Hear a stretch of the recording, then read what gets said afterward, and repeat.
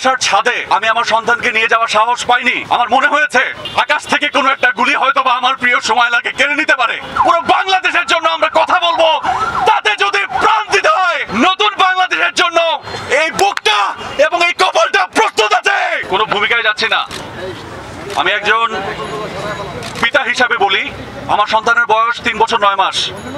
একজন গণমাধ্যম কর্মী হিসেবে এই যে অবস্থা ছিল, সেই সময় বাসার ছাদে আমি আমার সন্তানকে নিয়ে যাওয়ার সাহস পাইনি। আমার মনে হয়েছে আকাশ থেকে কোনো একটা গুলি হয়তো বা আমার প্রিয় সময়লাকে কেড়ে নিতে পারে। এটা বাংলাদেশ হতে পারে না, যেখানে আমি আমার সন্তানকে নিয়ে ঘরের সামনে আমরা হাঁটতে পারি না। আজকে হয়তো বা অন্য কারো সন্তান গেছে, এখানে যারা উপস্থিত আছেন তারা কেউ বলতে পারেন না আপনার পরিবারের কোন সদস্যের গায়ে ওই একটা বুলেট এসে ছিন্ন ভিন্ন করে দিবে না। এই বাংলাদেশ পাওয়ার জন্য সম্ভবত 30 লক্ষ প্রাণ 1971 সালে যায়নি। এই বাংলাদেশের স্বপ্ন কেউ দেখেনি। যারা রাস্তায় বের হয়েছে, পড়ার টেবিলে বসেছে, জানালার কাজ দিয়ে গুলি এসে এসে পড়ার টেবিলে বসা ওই শিক্ষার্থীকে দুনিয়া থেকে বিদায় করে দিয়েছে। এটার নামই কি বাংলাদেশ? আমার প্রশ্ন 18 কোটি বাঙালির কাছে। বারান্দায় এসেছে কি হচ্ছে সেটি দেখার জন্য, সেখান থেকে প্রাণ চলে গিয়েছে। গণমাধ্যম কর্মী আমরা রাস্তায় নেমেছি সংবাদ কাভারের জন্য, আমার ভাই দুনিয়া থেকে বিদায় নিয়েছে। এর নাম বাংলাদেশ? প্রশ্ন পুরো 18 কোটি বাঙালির কাছে। আমরা সঠিক বিচার চাই। পুরো বাংলাদেশে আমরা যে যে পেশায় আছি নির্ভয়ে নিঃসংকোচে বায়াস না হয়ে আমরা আমাদের সেই কাজটুকু করতে চাই। কোনো কিছুর প্রয়োজন হলে রাস্তায় আসতে হলে মানুষ রাস্তায় আসবে। ক্ষমতা ক্ষমতা যে যে পেশায় আছে, ক্ষমতা সেই ক্ষমতায় বাংলাদেশের মানুষ তাদেরকে বসিয়েছে। বাংলাদেশের মানুষের প্রাণ নেওয়ার জন্য নয়, তাদের অধিকার তাদের দাবি পূরণ করার জন্য। আমাদের দাবি থাকলে, অধিকার আদায়ের জন্য কোনো কিছু বলার থাকলে আমরা রাস্তায় নামবো। সেটির সেফটি সিকিউরিটি যারাই ক্ষমতায় থাকবেন তাদেরকে দিতে হবে। যারা ক্ষমতায় এখন আছেন, ভবিষ্যতে যারা আসবেন, এই কণ্ঠগুলো আজকে এখানে যারা দাঁড়িয়েছে তারা কোনো দলের নয়। এখানে যারা দাঁড়িয়েছে তারা পুরো বাংলাদেশের কণ্ঠ। পুরো বাংলাদেশের জন্য আমরা এখানে একত্রিত হব, পুরো বাংলাদেশের জন্য আমরা কথা বলবো, তাতে যদি প্রাণ দিতে হয়। সবাইকে বলে রাখতে চাই, 1971 সালে যারা প্রাণ দিয়েছেন একটি স্বাধীন দেশের জন্য, নতুন বাংলাদেশের জন্য, এই বুকটা এবং এই কপালটা প্রস্তুত আছে। আমরা ভালো বাংলাদেশ চাই, স্বাধীন বাংলাদেশ চাই, সাধারণ মানুষের বাংলাদেশ চাই, যেখানে একটা সাধারণ মানুষকে কোনো কারণ ছাড়া প্রাণ দিতে হবে না।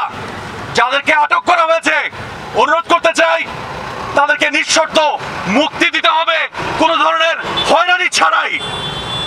এবং গণমাধ্যমের কল্যাণে আমরা যা দেখছি, যারা অতীতে বিচার ব্যবস্থায় ছিলেন তাদের যে মুখের ভাষা, সেটি আমাদেরকে এই মুহূর্তে শঙ্কায় ফেলছে। বাংলাদেশের মানুষ কতটুকু জাস্টিস পায়। ভবিষ্যতে যারা আসবেন তাদেরকে বলে রাখতে চাই, এখানে যে কণ্ঠগুলো আছে পুরো বাংলাদেশ তাদের প্রতি চোখ রাখবে। কোন ধরনের অন্যায় এই বাংলাদেশের মানুষ এই বাংলাদেশে হতে দিবে না ইনশাআল্লাহ। Thank you so very much. ক্রীড়া সাংবাদিকদের পক্ষ থেকে যে উদ্যোগটি নেওয়া হয়েছে, উদ্যোগটি একটু বিলম্বে নেওয়া হলেও এই উদ্যোগটিকে অভিনন্দন না জানিয়ে পারছি না। একদল তরুণ ক্রীড়া সাংবাদিকের আইডিয়া থেকে এই উদ্যোগটি, আমার পাশে আছেন সাইদ ভাইও তাদেরকে উৎসাহ দিয়েছেন। আমরা একটা হোয়াটসঅ্যাপ গ্রুপের মাধ্যমে আমরা সবাই মিলে জড়ো হয়েছি এখানে।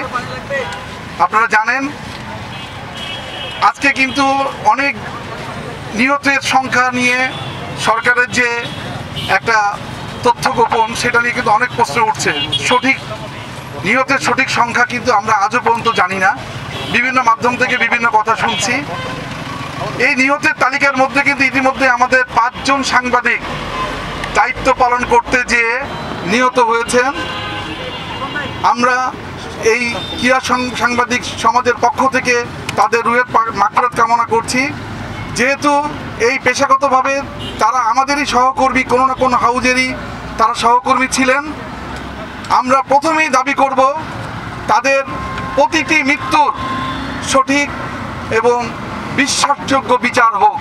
আমরা কিন্তু এখানে বিচারের দাবি করছি, কিন্তু যে বিচারের নামে যে প্রহসনের পায়তারা বিভিন্নভাবে অতীতে দেখেছি এবং বর্তমানে চলছে, তাতে কিন্তু বিশ্বাসযোগ্য বিচার নিয়ে অনেক সন্দিহান। আমরা সবাই শঙ্কায় আছি। আমরা আসলে ঘরোয়া এবং আন্তর্জাতিক টুর্নামেন্ট করার জন্য এই স্টেডিয়ামে আসি, বাংলাদেশের বিভিন্ন ভেন্যুতে যাই। আগামী মাসেই কিন্তু আবার আমাদের ব্যস্ত হয়ে যেতে হবে আন্তর্জাতিক ক্রীড়া কাভার করতে। কিন্তু খেয়াল করে দেখবেন যে অবস্থা চলমান আছে, আমি বাসার থেকে বেরিয়ে বাংলাদেশ ক্রিকেট দলের ক্রিকেট ম্যাচ কাভার করব, বাংলাদেশ ফুটবল দলের ফুটবল ম্যাচ কাভার করব, এই নিশ্চয়তা কি আমি পাচ্ছি? দর্শক হিসেবে যারা মাঠে আসবেন তারা কি নিশ্চয়তা পাচ্ছেন যে তারা স্বস্তিতে বাসায় ফিরতে পারবেন, তারা সুষ্ঠুভাবে বাসায় সুস্থ শরীর নিয়ে বাসায় যেতে পারবেন? আগে আমাদের সেই নিশ্চয়তা চাই। সেই কারণে সরকারের সর্বোচ্চ শীর্ষ মহল থেকে শুরু করে প্রশাসনের সকল পর্যায়ে নিরপেক্ষ হয়ে এই প্রতিটা মৃত্যুর ঘটনা উদ্ঘাটন করে তার বিশ্বাসযোগ্য বিচার কামনা করছি। আমাদের খেয়াল করে দেখবেন যে ক্রীড়া সমাজের আগেই কিন্তু আমাদের বিভিন্নভাবে আমাদের যে সেলিব্রিটি ক্রিকেটার আছেন, ফুটবলার আছেন, তারা অনেকেই কিন্তু তাদের ফেসবুক প্রোফাইল লাল রং করে কিন্তু একাত্মতা ঘোষণা করেছেন বৈষম্য বিরোধী ছাত্র আন্দোলনের পক্ষে। আমরাও অনেকেই লাল রং করেছি তাদের আন্দোলনের সহমর্মিতা প্রকাশ করে। এখন দেখার বিষয় যে এই জনতার এই যে কর্মসূচি, জনতার এই যে দীর্ঘ যে আপনার শোষণ, বঞ্চনা, নিপীড়ন থেকে আমরা কিভাবে মুক্তি পাই, সেটাই দেখার ব্যাপার। এখন আজ এই দিনে একই সঙ্গে কিন্তু বাংলাদেশ ফেডারেল সাংবাদিক ইউনিয়ন এবং ঢাকা সাংবাদিক ইউনিয়ন কর্মসূচি দিয়েছে, আমরা দিয়েছি। এখানে আমরা কোনো রাজনৈতিক প্ল্যাটফর্ম থেকে এখানে আসিনি, রাজনৈতিক প্ল্যাটফর্ম থেকে বক্তব্য দিতেও চাই না। আমরা চাই প্রতিটা মৃত্যুর, প্রতিটা হত্যার সঠিক তদন্ত, সঠিক বিচার। ধন্যবাদ সবাইকে।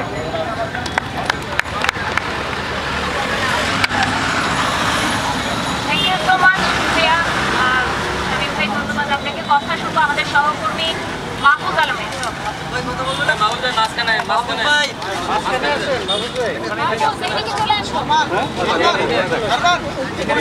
পুরো বাংলাদেশের জন্য আমরা কথা বলবো।